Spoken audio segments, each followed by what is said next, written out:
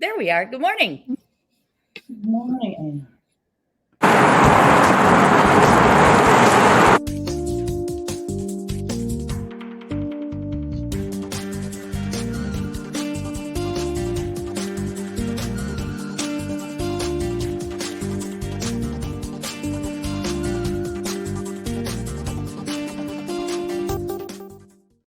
Good morning. Good morning. Good morning. Hello, everyone. My name is Ann Rossley. Here with me is Harvey. we take a week off and we're having trouble getting it back, but it's the holiday season, so we're giving ourselves a bit of a break here.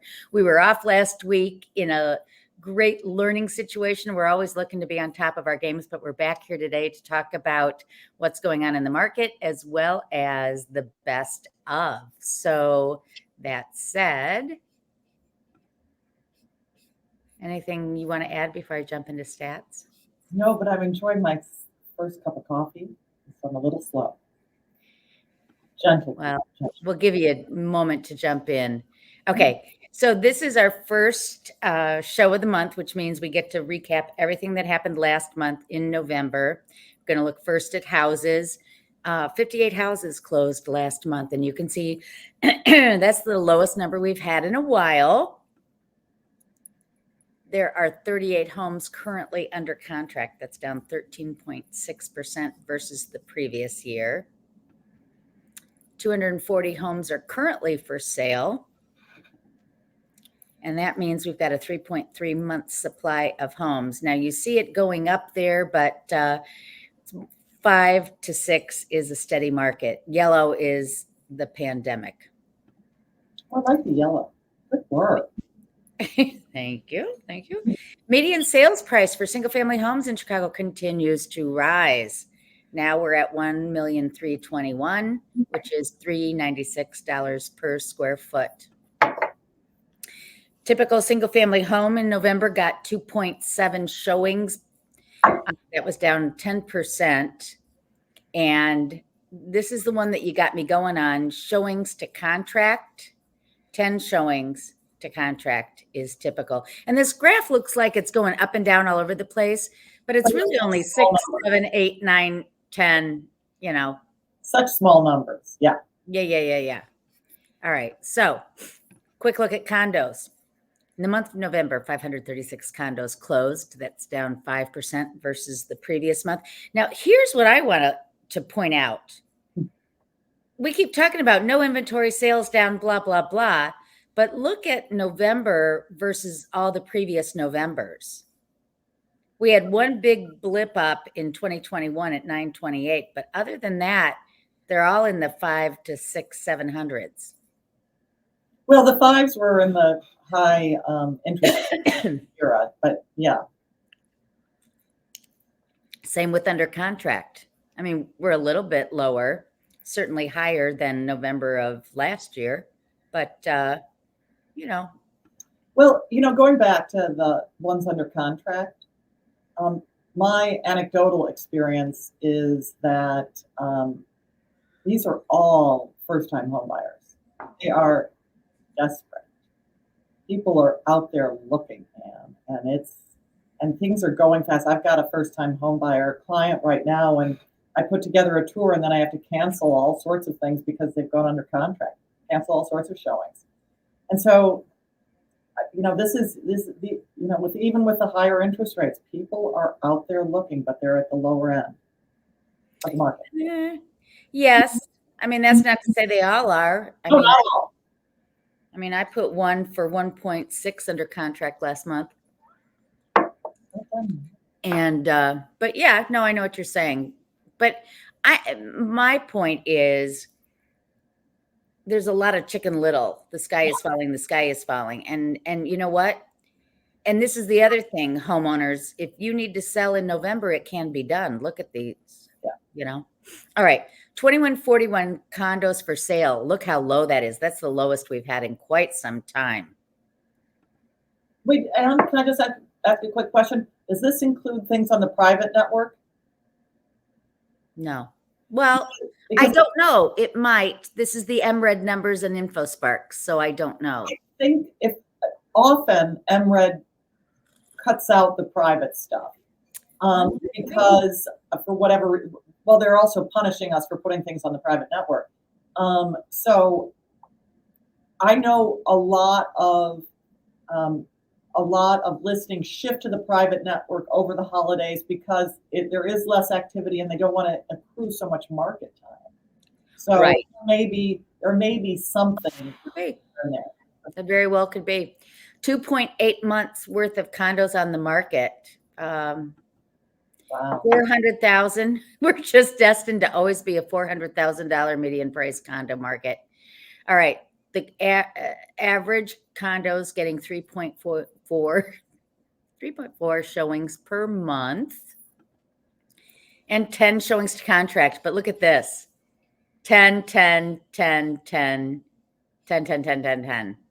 And I would posit that like up here where you're getting like 18 showings or 16 showings to contract, they were all piled in a weekend because it was a market frenzy. Yes. Right? Yes. But I think it's really interesting.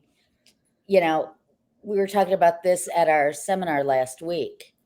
What does it take to get a property under contract? Well, buyers, if you're out there and you've had 10 showings and you haven't gotten a contract, you need to talk to your real estate agent. Say, what's happening, right? Yeah. All right. All right. Sales year to date. These are condos.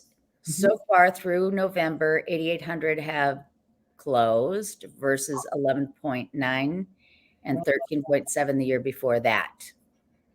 So that gives us a good look at how down we are versus previous years. And with single family homes, significantly down. But again, it was the flight to single family from COVID that closed in 2021. So the unicorn years. Yeah. All right. Showing time index. This is through October, not through November, because these are a little bit slower to come in. 130 is the showing index. That is tied to January of 2014. We were up as high as 253 in April of this year. And now we're down to 130, but we're very similar to the rest of the United States. Mortgage rates, the average 30-year is 7.74. Rates have dipped down a little bit. We were up around 8. Now we're down at 7.03. That's pretty good. Yeah, that's getting healthier there. And then rents, guys, look at the rents again. Year over year, Zumper is saying that Chicago rents for 1 bedroom, 16% up, for 2 bedrooms, 23% up, and for 3 bedrooms, 14% up. Huge numbers to rent. And you can see here, these are Chicago by neighborhood. Near north, the 2 bedrooms, almost 3,600. Near west, 3,500. Lincoln Park, 3,500.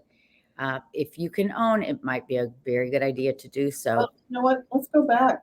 You and I were talking as we drove to the land beyond over here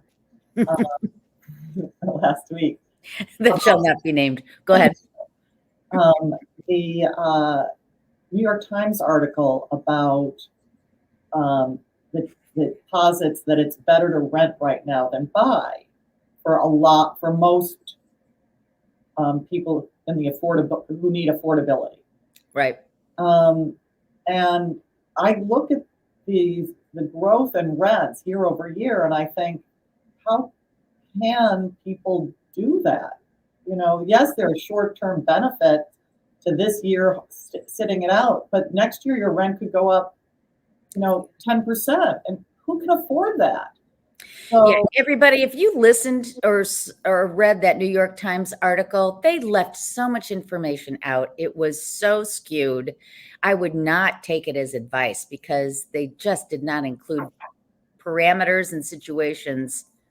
And they also assumed that you, with that extra money, would put it in the market. No one's putting it in the market. They're spending it. Right. You know what it left out, that article? Human behavior. I mean, Yeah. Sure, on paper, Yeah. but if you look at humans and the way humans behave, it's whatever. No. Well, very much the case. Consumer confidence. Consumer confidence. I like to show this because people make decisions based on expectations. If you think the market's going to get better, then you're going to move forward. And consumer confidence ticked up in November, and things are looking up. So Yay. that's it. Well, that's Those all. are my stats for the month of November. Well, at the end of the year, it sort of feels like, that there's not great news, but this is a normal cycle, people. As Anne has shared with us over and over again, November is just different. At the end of the year, the real estate cycle goes down. We have a couple of bumps, and it's sort of, okay, you can't see my hand going like it's a little bit, and the end of the year, because people are busy doing other things, it's a lower point. Just sort of like the middle of summer is a lower point because people are doing other things. Right. So I think that the kickoff, we always talk about how Super Bowl Sunday is the kickoff to the spring market. And it'll be interesting to see whether it starts early again, as it has in the last couple of years. Started in mid-January, when people are finally back from vacation and the kids have gone back to school, and they've got time to think about Right. it. Yeah. Yeah. I think, with more properties coming on the market, which we know they will, with interest rates down a bit, you may be right. We may see a very early spring. That's what people Now, what does that mean? The groundhog saw his shadow, early spring? No, because as soon as the market turns up, we get snow. So, the groundhog and the real estate market have nothing to do with each other. Nothing in common. All right. All righty. So we got some best. Oh, hello. We got some best of going, people. Yeah. All righty. How did I do that? I put it up there. Can I turn it? Oh, yes. And I can turn it. Look at us. So we have a best of show this today. It's the best of 2023. And because I have zero skills, with regard to graphic design, this is the best slide you're going to see today. The most. That's great. I made this. Okay, next. So best of 2023. And these are just things that I thought were fun. This is all opinion, folks. This is all my opinion on a Sunday. Just sitting home, coming up with stuff. Best view, luxury. Look at the view from 1 Bennett Park, unit 5006. It is for sale for a cool $1 under 3.5 million. Nice. Look at that view. Yeah, very lovely. Very lovely. And that's a north view. So you can even get my favorite building, which is the John Hancock building. People. That's my favorite building, if I ever tell you that. And so that's just a beautiful place, on the market for 3.5 million. And your assessments are $3,346 a month, and your taxes are pretty much $77,000 per year. But you get for that 3 beds, 3.5 baths, and 3,622 square feet of pure views. So then we have the best view, affordable. And swear to God, I've looked out this view. It is the Malibu at 6007 North Sheridan Road, number 34A. This sold. It's very hard to find a southeast view for sale in the Malibu because people just hold on to it. This is the A unit, the corner that it faces east and south, and my God, look at that view. This is, because the picture is not so pretty. I give you a floor plan for your enjoyment. No, I like that though, because you can see you've got 3 balconies, one that basically perches you over the water, which is ridiculously awesome. Yeah. You got the great open living, dining, kitchen. And then you've got bedrooms that face south too, with these amazing unobstructed views. Forever unobstructed, because it overlooks a park. It overlooks public land. So just, which I didn't know, this balcony, do you see my little cursor going around in a circle here? You see? No. Oh, yes, I do. I do. Those are the south balconies. The larger south balcony, that's a storage closet. Who knew? It was not kept in good condition, or I would have shown you a picture of it, but who knew? That's where you keep your grill, and then during the wintertime, put all that stuff there. And yes. Okay, so this, because I'm going to tell you, an east view, a pure east view in the wintertime is looking out at concrete. The lake turns gray, dark, and boring. But notice, with the south view, you also get this beautiful view of the city. Look at our city, flat as a pancake. Love it. Okay. Anne, do you have a best of that we want to cut to in a minute, or do we want to go to best? No, just do all yours, and then I'll get into mine. So best first-time buyer place, high rise. I'm going to tell you, it's Sandburg. Sandburg. You're a big proponent of Sandburg. I am such a Sandburg proponent. It is, it's downtown. It's Sandburg Village. It's within walking distance of everything. It is got public transportation surrounding it. It is a great city. And because there are so many opportunities for Sandburg, including houses, including little houses, including, from studios to 3 bedrooms, it's great. So this is, I chose the prices for a first-time home buyer, as you can see. And so these generally are 1 and 2 bedroom apartments. But as you can see, they go fast. And the price is $272,500 is the average. Median's a little under that for the lists. And there's only 1 pending. These things go really fast, and that's also a benefit. Couple benefits. 1, affordable, right? And location. So great, all that great. 2, you can often rent these out. So let's just say it becomes part of your real estate portfolio as you grow. If you decide you're going to move out, you can rent your place in a bunch of the buildings, not all of the buildings. Some have a rental cap. Yep. And 3, if you decide to sell, you sell it quickly. I mean, look at this. There are very few, except for the ones that are crazily overpriced. They sell in a minute and a half. They're great. Okay, so that's Sandburg. Okay. First-time home buyer, best first-time home buyer, low rise and affordable. I thought I'd take you to sort of my favorite neighborhood, Ravenswood, but it's within Lincoln Square. Look at how affordable these are. And in some of these low rises, the monthly assessment is $100, $150, whereas in Sandburg, because you're getting so much more, the assessment, even for a 1 bedroom, is in the $700, which is expensive. I'm not downplaying that, but you get so much service for it. In a low rise where you don't get service, you pay much less. Okay, so Lincoln Square is going fast too. These things come on the market and fall off really fast, and they too, you can rent them out. But this tends to be more of a buy and sell situation. Have you sold in Lincoln Square before? I have, yes.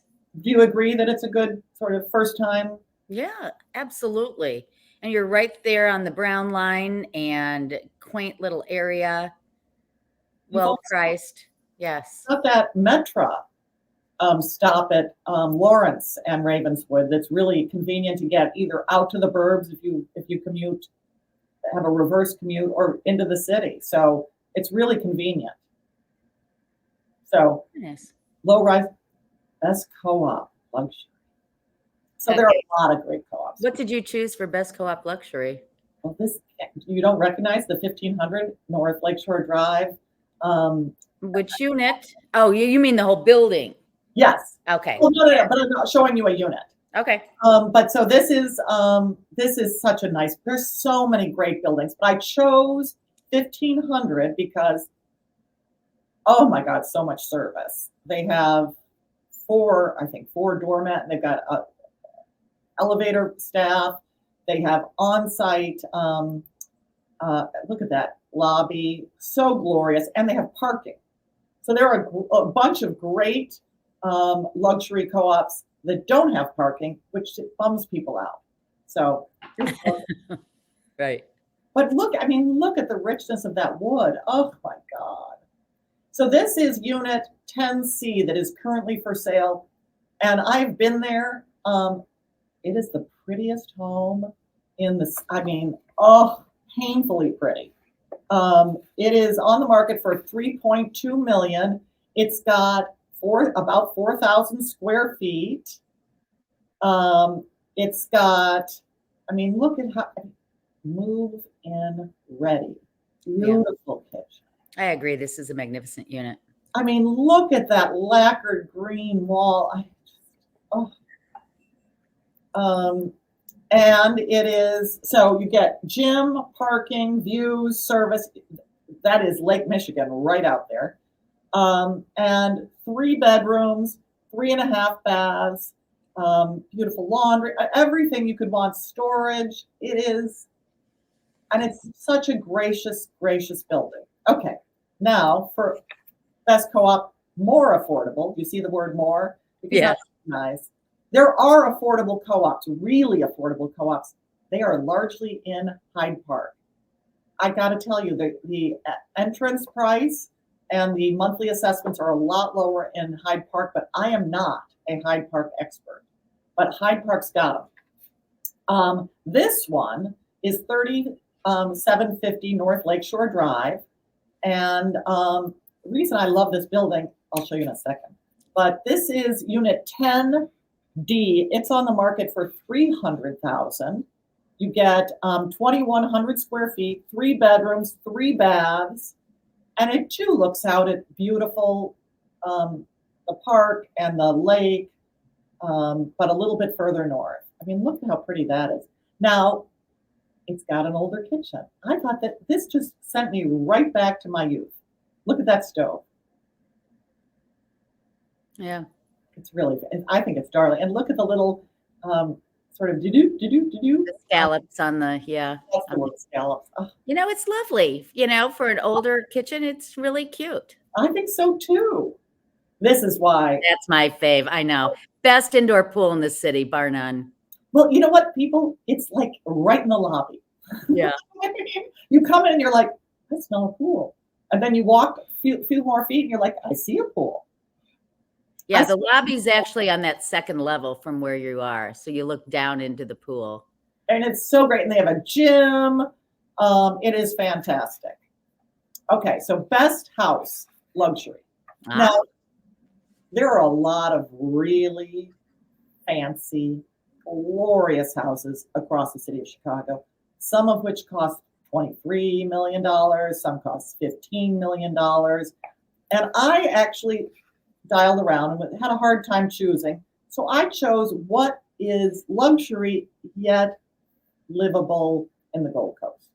So this is 1520 North Dearborn Parkway. So right near Latin School. It is, it shares, it's next, can you see my hand go down, my little cursor go down? It's this side of the building. So they share a wall, they share a frontage, but they share sort of a staircase, but that's all they share. This is a single family home, not a row house, not a thing like that. It is so great. It's got 5 bedrooms, 4.5 baths. It is got architectural details. Look at that, whatever you call this. The moldings? Yeah, it's too early in the morning, people, for me to have language. My God. Moldings. Have you ever seen moldings that beautiful? This is a rug, not marble. Beautiful, rich wood floors, a gorgeous fireplace. These are gas fireplace, wood-burning fireplaces. Such pretty rooms.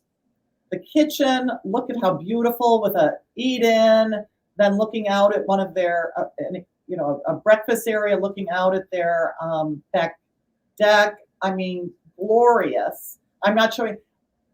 Even better for people who have teenagers, this is the basement. Light filled, beautiful, separate entrance. You could even have staff, if somebody lived down here, mother-in-law, whatever. Really nice, beautiful. Look at that outdoor space. And even better,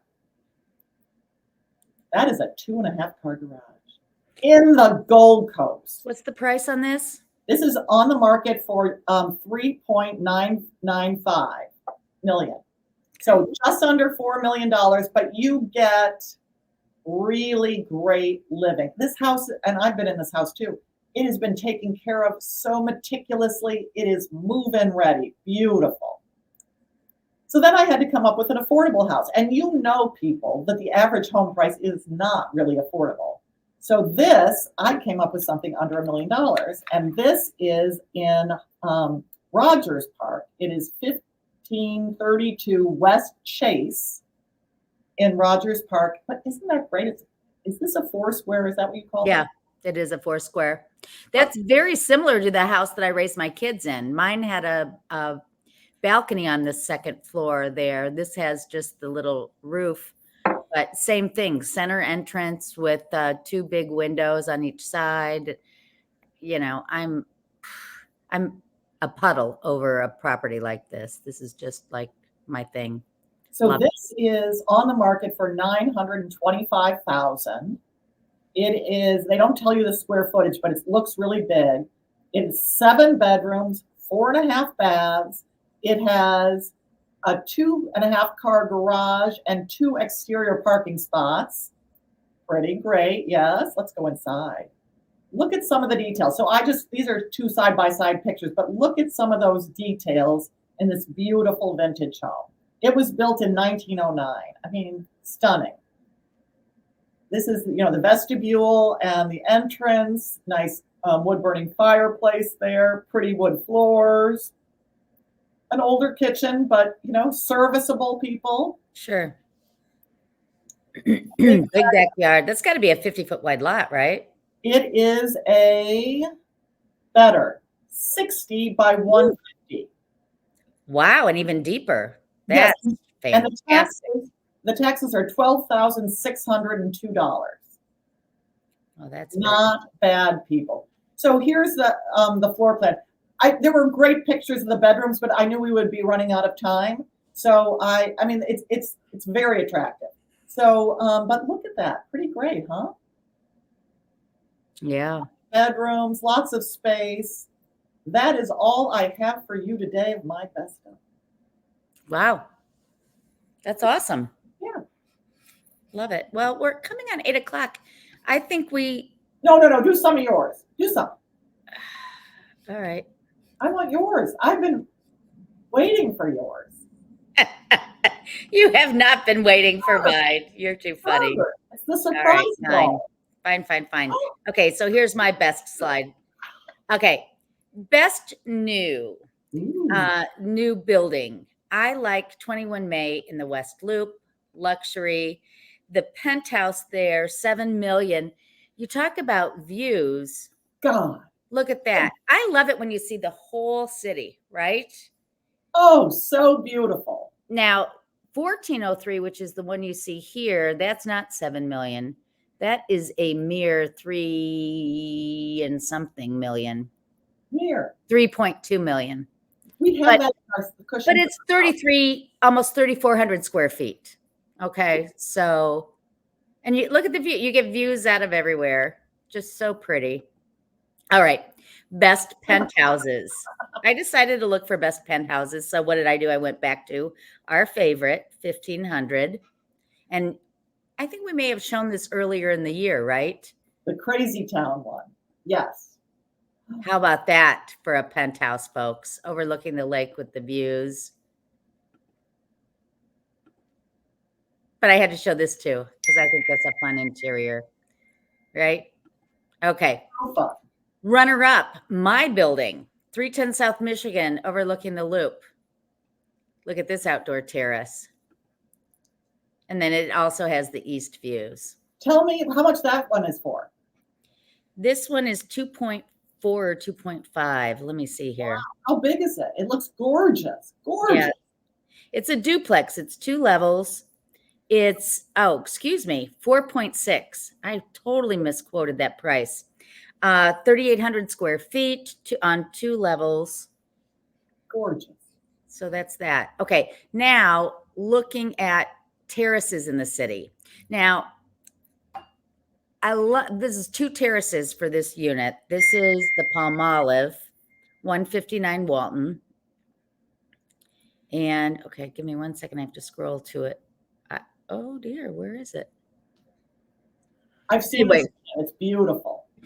You know, the terraces could be decked out prettier, but that's the story there. All right. Terraces were decked out in the way they were decked out because they have dogs. Yeah, that's right. Best historic district, Lakewood, Balmoral. Yes. You get oversized lots, turn of the century houses. Big fan of this neighborhood. That's actually the home of Tom Green, who is a well-known architect from that neighborhood. Beautiful homes. Okay. And then I did best affordable homes. And so I did all over the city. Let me see. Where's that one? That's cool. This is on Hutchinson. Yep. 734 Hutchinson for it sold for $1.3 million. 5407 square feet. So I thought this was the best value. Yep. Isn't that pretty, right? Yeah. Okay. So this one, let's see. Come on. Here we go. This one. I'm a sucker for a greenhouse. I don't know why. I know, me too. Just a sucker. Okay, hold on. Best homes. Here we go. My printer broke, so I'm trying to do all of this. Okay, bear with me. Here we go. Yeah, we're with you. Buggers, why is this? Oh, here we go. Here we go. 2108 Sunnyside. This is sold for $1.1 million in 6 days. Isn't it pretty? Look at that. So pretty. And it has all those beautiful vintage details. Oh, and I love a blue house. Look at that. Yes. So this one is 2611 West Wilson, 4-bedroom, 3.5 bath, $1.130 million. Isn't it charming? I love the color of the plantings. They really did a great job with that. Yeah. So lots of good interior photos, but I just had to show this little part here. Okay. Oh, I love this house too. Where's this? 1908 West George, $1.125 million, sold in 15 days. It's 4-bedroom, 3.5 bath on a 25 by 125 lot. I love how warm and inviting this interior is. Oh yeah. Isn't that pretty? Yeah. Okay. Now we're going to totally change course and go to a more contemporary one. 1856 Rockwell. This is it was listed for $1.2 million, sold for $1.3 million in 8 days. I love that. Which neighborhood is Rockwell in? This would be Bucktown. Yeah. Look at that. It fits right. Oh, what a great house. Oh, look at that. And then that one is 1638 Wolcott. So that would be Wicker Park, Bucktown area. Yeah, kind of combo. I loved the interior here. It was the open staircase, right? That's very Nisian, that staircase. Fantastic. And then this one is 2542 Pensacola, currently under contract at $1.350 million, 5-bedroom, 4.5 bath. Now this is more of a traditional, what we see, But really handsome. Just handsome. Right. House. Really well taken care of. Yeah. Oh, look at that. Lovely. And that beautiful bathroom. Yeah. So that's it. Really Those were my best ofs. Yeah, it's been a great year with a lot of good properties. I think, you know what I think we should do? I use the Goodreads app for my books. And I encourage everybody, if you're watching, follow me, join me, befriend me on Goodreads, and let's share what we like to read. But one thing they do every year is they do the popularity contest for best books. Mm-hmm. And they do like best fiction, best memoir, best historical fiction, best mystery thriller. I think we should next year start like in September and have a runoff and have everybody vote That for would be different great. categories. What do you think? I think so. I think it would be great. And we wouldn't, track who you are. You just vote. You just vote. Right. What do you think? We'll have to figure out how to do that. Yeah. Okay. So that's the thought. All right. So next week, our plan is unless we get totally bogged down in holiday, our goal is to come back and talk about a recap of the year and looking forward to next year, right? Isn't that what we talked about? Yes. We're very optimistic about next year, and it's going to be a great year, everybody, right? Yes. But we'll tell you why next week. Follow us on social, subscribe to us on YouTube, send us your questions, and we will see you next week. Thanks for watching. Have a great week.